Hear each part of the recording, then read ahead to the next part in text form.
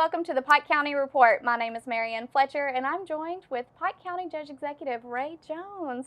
Hey, how's it going? It's been a long summer, a lot of stuff going on in Pike County. Well, they say that the summer's a time for you to sit back and relax, not so much when you're the Judge Executive. Well, for county government, summer's really the busiest time because you start out in the spring trying to get roads pothole patched, weeds start growing, and we got a little bit behind on the weed mowing this year because we bought 4 new tractors, new mowing. They're not actually tractors, but they're really expensive. They're called Mower Max, and it's a product that we thought would actually be more utilitarian than just a farm tractor with an implement on it.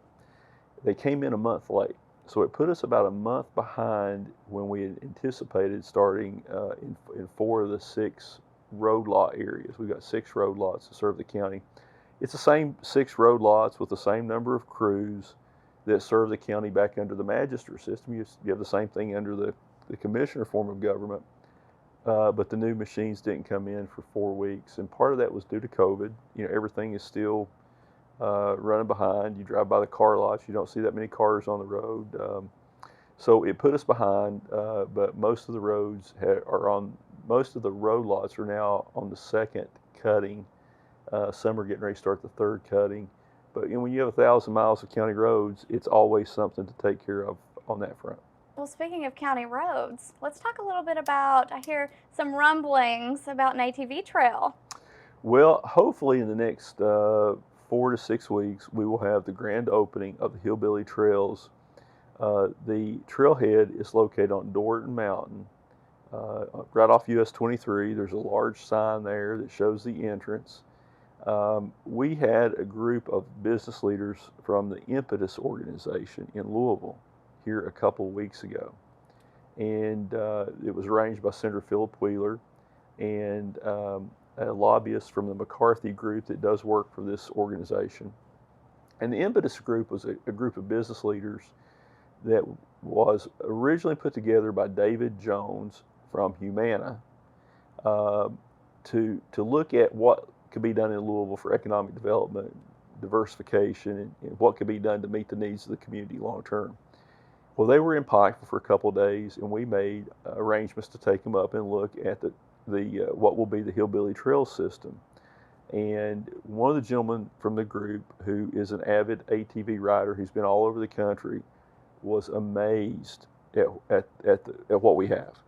Why do you think they're so amazed with what we have here? Well, what we take for granted, people in New York and Philadelphia and Chicago and Boston, in your large urban areas, Cincinnati, Columbus, they're used to traffic congestion. They're used to sirens and taxi cab horns honking and people yelling and the hustle and bustle. They long for what we have: the solitude, the mountains, fresh air, and we're seeing people from across the country. I stopped down the other morning in the shopping center where Bob Evans is located, and there was a large number of ATVs on the back of trailers from out of state that were there. We had a Trail Town meeting over in Blackberry a year and a half ago, and there were 2 people from Connecticut there. And they had bought homes in Williamson, West Virginia, because their vacation home is in Williamson because they want to come down and they want to ride trails. We went over a couple years ago and looked at the Spearhead Trail system in just outside of Grundy, and they've done a lot of work over there. They've got about 400 miles of trails in their entire trail system. It's beautiful. They've invested a massive amount of coal severance tax money. And while we were there, there were 9 RVs, I'm talking about large motor homes, with trailers and side-by-sides that were coming in. I can't remember if it was South Carolina or Georgia. But they've had people from 48 of the 50 states at the campground at the Spearhead Trail system. When we put the Facebook page up for the Hillbilly Trails, you can find it on Facebook, or if you go on the World Wide Web, it's hillbillytrails.com. You can see some of the video. We're going to have somewhere around 100 miles of trails just in the trailhead area when it opens. So we had 56,000 hits on the first post that was put up, and we think it's going to be an economic boon for the, or I should say, economic boost for the community. Yeah, let's talk a little bit about that. How do you think that this is going to affect? You have all these new dollars coming in from out of state, just funneling in right here. Well, we've seen it. You can go over to Matewan, to Gilbert, some of those areas, and you're going to see people from all over the country there. I have a friend who over on Blackberry Creek that has a facility where he rents out rooms for trail riders. He said people from South Africa there twice, and I've said this, and I'll continue to say it. Tourism will not replace the loss of coal-related jobs. It's not going to replace mining jobs, but it's going to create opportunity for property owners, for entrepreneurs. Drive down River Road over at Buskirk and look at what Chancey Hatfield has done in terms of developing that campground. They've got cabins.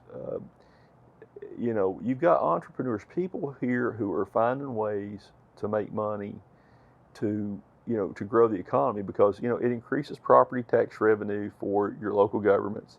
It increases occupational net profit tax for local governments. At the same time, it allows people to make a living here at home instead of having to move to Scott County or to move to Tennessee or other places looking for jobs at Toyota or in some other industry outside of Eastern Kentucky. Now, do you think that this trail will possibly in the future connect with other trails? The game plan long term will be to get the trail from the trailhead at the Flatwoods across into Pond Creek, Blackberry, and Peter Creek. People say, why didn't you start in that area? Well, we had the property at the Flatwoods. We've got over 5,000 acres, somewhere closer to 6,000 acres actually either owned or under lease, and it was the most logical place to start. In order to get the trail across the county, it will have to go over some existing mine sites, mines that are still mining or that there's active permits on. So this might not happen overnight. It's not going to happen overnight, but what I'm proud of is the fact that, I spent 18 years in the state Senate. This is my 5th year as county judge. We heard talk from prior courts about a trail system. Nothing ever happened on it. The idea that one prior court had was, well, they took coal severance tax and they have been earmarked by myself and my colleagues in the General Assembly for trail development, and they built a bathroom at the Hatfield-McCoy Park and called it a trailhead, but they did nothing to develop a trail system. That was sort of, putting the cart before the horse. The trail system is the first step in developing a long-term plan for adventure tourism and tourism for Eastern Kentucky. Pike County is a place for it to start, and we're doing it all locally. It's all been with local tax dollars. We've been very frugal at what we've done, and we think, though, we're having people approach us about doing what are called public-private partnerships, P3s, where we will see collaborative arrangements between the county government and private industry or private enterprise to develop things like campgrounds. And we think that it will have a shot in the arm for the economy. It's really going to diversify the economy, you think? Yeah, that's one of the things about coal. My grandpa was a coal miner. My mom's brother was a coal miner. On both sides of my family, a lot of coal miners. The problem is there was never a plan put in place, not just for Pike County, but for Eastern Kentucky. You're from Martin County. You probably are as aware of this as anyone. There was no plan for the region on what happens when either the coal's mined out or it becomes no longer economically feasible to mine it. Mm-hmm. In 2009, the Pike County Fiscal Court collected $12.484 million in coal and mineral severance taxes. 2 years ago, that had declined to $1.1 million. Now, the next year it went up to a little over $2 million. I'm not sure where it's going to hit this year. It's up. The price of metallurgical coal's up. The price of steam coal's up, in large part due to the export market, the war in Ukraine. Now, as that situation's resolved, and we've already started to see the prices start back down. The state economists are saying that the upswing in the coal is not going to last. They're anticipating a significant decrease next year. We have to diversify the economy. We still have to mine coal. We still have to, advocate for the coal industry. We have to develop tourism. We have to take advantage of our healthcare sector, our higher education institutions like the University of Pikeville with an optometry school, a medical school, an MBA program, soon to be a dental school. And we have to take care of the existing jobs that we have here, local businesses. But then we have to try to bring people in from outside the region. And one of the things we have to do is, in order to do that, you have to have a place where people want to come and live. And one of the things that you were telling me about is actually an industrial site. You mentioned the Wolf Pit industrial site. So the Wolf Pit industrial site is the first site off of the new US 460. When I was in the Senate, I had a phone call one day from Governor Paul Pat.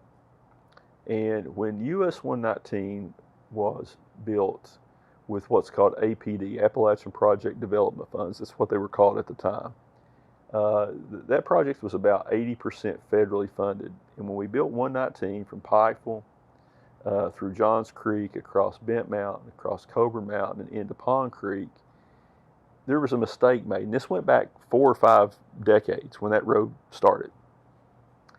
The refuse areas, when they did the excavation and the storage areas for that refuse material, they weren't compacted to do industrial development. So Governor Patton came up with the idea that when we build US 460, that there needed to be dedicated sites on that corridor that were controlled fill. So that way, you're not, if you have businesses that want to locate there, if you want to build a spec building or an industrial building, you don't have as much concern about settling or geotechnical problems that are going to cause long-term ramifications such as structural failure or those kind of things. So how big do you think that this industrial site will be? So the first site is 38 acres, and that's at Wolf Pit. There are 2 other sites that are ready. One is Wolf Pit, which is right on the Kentucky-Virginia line. That is a smaller site. Not sure what we're going to be able to do with it, but it is control field. The county does not have the deed to that. There's a site that is earmarked for residential single and multi-county development, and it is on Stone Coal or up Beaver Creek. That site, unfortunately, does not have access to the 4-lane, to the new road. The next site that we hope to start on after we finish the Wolf Pit site, and being from Pike County, I've always thought that it was inexcusable that the largest geographical county in Kentucky didn't have an industrial site. We've spent about close to $3.5 million already on the Wolf Pit site. Most of that's federal grant money. There's some local money, coal severance tax in that. Hopefully we're going to have, this time next year, that site will be completely finished, and we put grants in for a spec building to try to get a building there. Because if you've got a building, it makes it a lot easier to do something with. I can tell you this, I don't have anything in writing. I don't have a firm commitment, but we have had one project that's looked at the Wolf Pit site that has, if it were to happen, and I'm not going to sit here and say this project will happen, but the people are extremely reputable. If it happens, it would be a huge, huge shot in the arm, a very positive development, not just for Eastern Kentucky, but for all of Kentucky. So, what do you think is going to be the difference between the investment versus the outcome? Well, first of all, if you don't have an industrial site, you're not going to be able to bring a building or business here. Governor Patton had the vision on the site where the Ford Blue Oval battery plant in Hardin County, that site was developed when Governor Patton was governor, and it sat there for years. And eventually they were able to bring Ford and SK in for what will be one of the largest battery production facilities in the world. It's about a $5 billion investment with 5,000 permanent jobs. Now, of course, our site's a lot smaller, But the one thing you can say is if we build a spec building or if we develop a site, there's no guarantee that a business or industry will come overnight. It is 100% certainty that if you don't have a site, you're not going to be able to bring a business in, because around the country, there are economic development professionals at county government, at state government, at local government levels who are trying to bring businesses to their community. And if they have a spec building that's ready to go on a site that's ready to go, and we don't, we're not going to be in the ballgame. I think that long term, it will be something that we will be able to take advantage of. The city has an industrial site. You have a company up there, Appalachian Tank, that's doing great right now. It was bought out by a Canadian businessman out of bankruptcy, and they're growing, and they're putting local people to work. My responsibility is to look out for the county as well. I mean, we work closely with the city. We want the city to do well. The problem is the occupational net profit tax that comes from those jobs doesn't come to the county government and help sustain the services that our residents depend on. We want to create jobs in the county as well as in the city. And we've got a close relationship with Mayor Carter and the city commission, but the county needs an industrial site. What type of business do you think would be perfect for that area? Light manufacturing, light industry. We've seen companies popping up. You know, we've been able to get some companies into Perry County and other communities. But I think with the spec building, we're looking at somewhere between 35 and 50,000 square feet. There's a lot of options when you have a building of that configuration, and we were denied funding for it this year. We're going to go right back to the drawing board. Since I've been judge, we're well over $22 million in grants that we've received. Last night we announced a 100% grant, $327,000 to buy radios for our volunteer fire departments. We have been very aggressive. We were the only county in eastern Kentucky, to my knowledge, that had 2 certified grant writers, and we were bringing money in, to help with things like solid waste, to help with the industrial side. So Sharon Hall is our primary grant writer. Eric Ratliff, who was the other grant writer, is now the executive director of the Big Sandy Area Development District. So we've got access to grant writers and professionals at the Big Sandy Area Development District, as well as fiscal court employees like Sharon. The other site, though, that we're excited about is the John Moore Branch site that's right outside of Elkhorn City, and we don't have the deed for that site yet. We probably won't get it until the new bridge there at Beaver is completed. If you drive to Elkhorn City, you're going to see that bridge is under construction. There is another site that we'll eventually get the deed to at Jesse Branch. It's another large refuse area. It is not control field, but your 3 primary sites for business development are Wolf Pit, Wolf Pen, and John Moore Branch. The John Moore Branch is a large site, and folks can drive up there and see it. So once we get Wolf Pit done, the focus will be to go to start getting preparations in place for the John Moore Branch site. Well, you mentioned solid waste. I've heard some talk about a possible landfill expansion. Well, we have been working for 4 years. So I want to give the folks a history of this. It was a very unpopular thing to have to raise the garbage rates right after I came in. It wasn't a decision that was taken lightly, and it wasn't something that myself or anyone in county government wanted to have to do. But before I was elected as county judge, at my own expense, I did an open records request for 16 years of fiscal court minutes. And I read the last session I was in Frankfort at night. I sat there and read those. I mean, it would put you to sleep at times, and at times you would shake your head trying to figure out what the thought process was. But one of the things I picked up on, Mary Ann, was the fact that they talked about the landfill from time to time, but they talked about how much time was left on the landfill occasionally, but there was no discussion of what would happen when the Pike County landfill was full. A landfill is no different than a garbage can. They only hold so much. And then once it's full, you've got to make plans for what you're going to do. when I came in office, there was no money set aside to either expand the landfill or build a new one. And we brought in a company called Geosyntec. The the engineer Tom Ramsey, who's the project engineer that we hired, has a master's degree from Duke. He's a Dartmouth educated engineer, and all he does is landfills. He does them across the country. At that time, we only had about 4.5 years of space left in the landfill. There was a mistake in the engineering that was done from a prior survey. So if you go up to our landfill, if you drive up Ford Mountain, it's sort of built like it's up at the head of the holler, and it's sort of built like a birthday cake. So phase one has a larger footprint, because the high wall's here, phase two, phase three, phase four, and we're on phase five. There's only 6 possible phases. There was an engineering or survey error at some point in time that cost us 20 feet of airspace when we went from phase 4 to phase 5. Probably cost a couple years of storage in the landfill. One of the former county commissioners who was up there frequently said there's no way that we have 8 years left, which is what the other estimate said. We bring the other engineering company in, it's 4.5 years.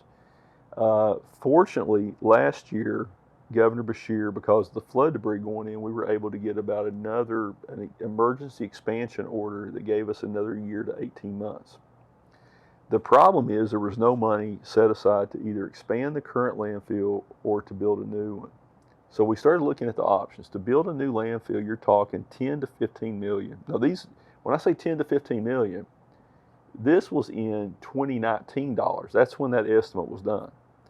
What we've seen not only at the Wolf Pit site, but whether it's buying trucks, garbage trucks that used to cost $225,000 are now $325,000. COVID has had an inflationary impact on building materials, construction costs. We know what's happened with the price of diesel fuel. Everything's gone up. What we know is if it was in 2019, it was going to be $10 to $15 million to build a new landfill. That doesn't count the property. You're probably talking 15 to 20 million now. And that's assuming that you can find a suitable piece of property that is not going to impact property owners in the area, where you've got homes close by or schools or churches, whatever. And it doesn't have underground mine works, because we know if there's underground coal mining, there's probably not going to be able to get a permit done because of the risk of contamination of the water table. So we came up with a plan to expand the existing landfill. It's going to take a substantial amount of work to do it.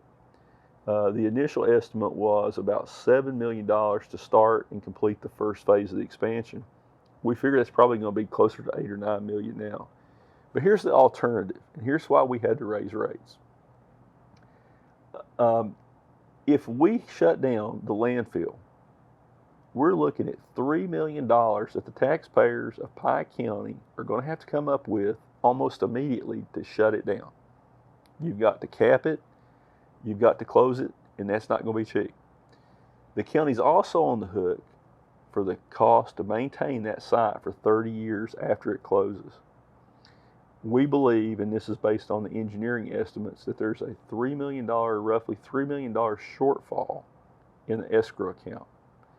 And if you shut it down, you're going to have to build a transfer station, because you're still going to have to collect the garbage. You're still going to have loaders. You still have to garbage men truck drivers to pick it up. You're going to have the equipment to pick it up. You're going to have to permit. You can't just build a transfer station. You're going to have to permit it. You're going to have to construct a transfer station with a compactor to where the small trucks can dump into it. It can be compressed and then loaded into tractors and trailers. We figure probably 25 tons would be about as much as you could expect to get into a tractor trailer. And if you're producing the county, now this doesn't count the garbage coming in from the city, the county's putting about 50,000 tons a year into the landfill. So at 25 tons of load, you're looking at 2,000 tractor and trailer loads that are going to have to be hauled to either London or Ashland. Right now, Johnson County is paying $48. This is from Judge Mark McKenzie, who's a friend of mine. Mark's a great guy, a great county judge. Mark's paying, on behalf of Johnson County, they're paying $48 a ton to the landfill in Ashland. 48 a ton. So not only would we have to haul garbage from, Pawpaw, Belfry, Phelps, Virgin, Dorton. I mean, this is a big county. You're going to have to haul it to a central location, compact it. You're looking at somewhere near 2,000 tractor and trailer loads a year to Ashland, and you're going to pay them $2.4 million roughly to take it if we got the same rate Johnson County. So it's a completely different ballgame from the time that you were elected until now. It's changed. I mean, costs have gone up. One of the things that we saw with a private contractor over in Mingo County, they put a fuel surcharge on. We didn't raise, even with increased fuel costs. Fuel costs nearly doubled. We didn't raise rates for Pike County's customers. But what we know, and common sense only tells you, we can dispose of our garbage cheaper at Johns Creek than we can haul it to Ashland and pay them $48 a ton to take it. I suspect your haul bill is going to be $1.5 million to $1.8 million a year. Plus, you're going to pay them about $2.4 million to take it in Ashland if we get the same rate Johnson County has. And you still have to pay your drivers, your loaders. You still have to collect it. You still have to operate a transfer station. And you still have to take care of the old landfill site. So an expansion really it seems like the no-brainer here. It was the only option that made sense. And we have a lot of people in Pike County who are on a fixed income. They're retired. My parents are both retired. My dad's 80. My mom's in her late 70s. We have a lot of people on disability, disabled coal miners, people who are sick.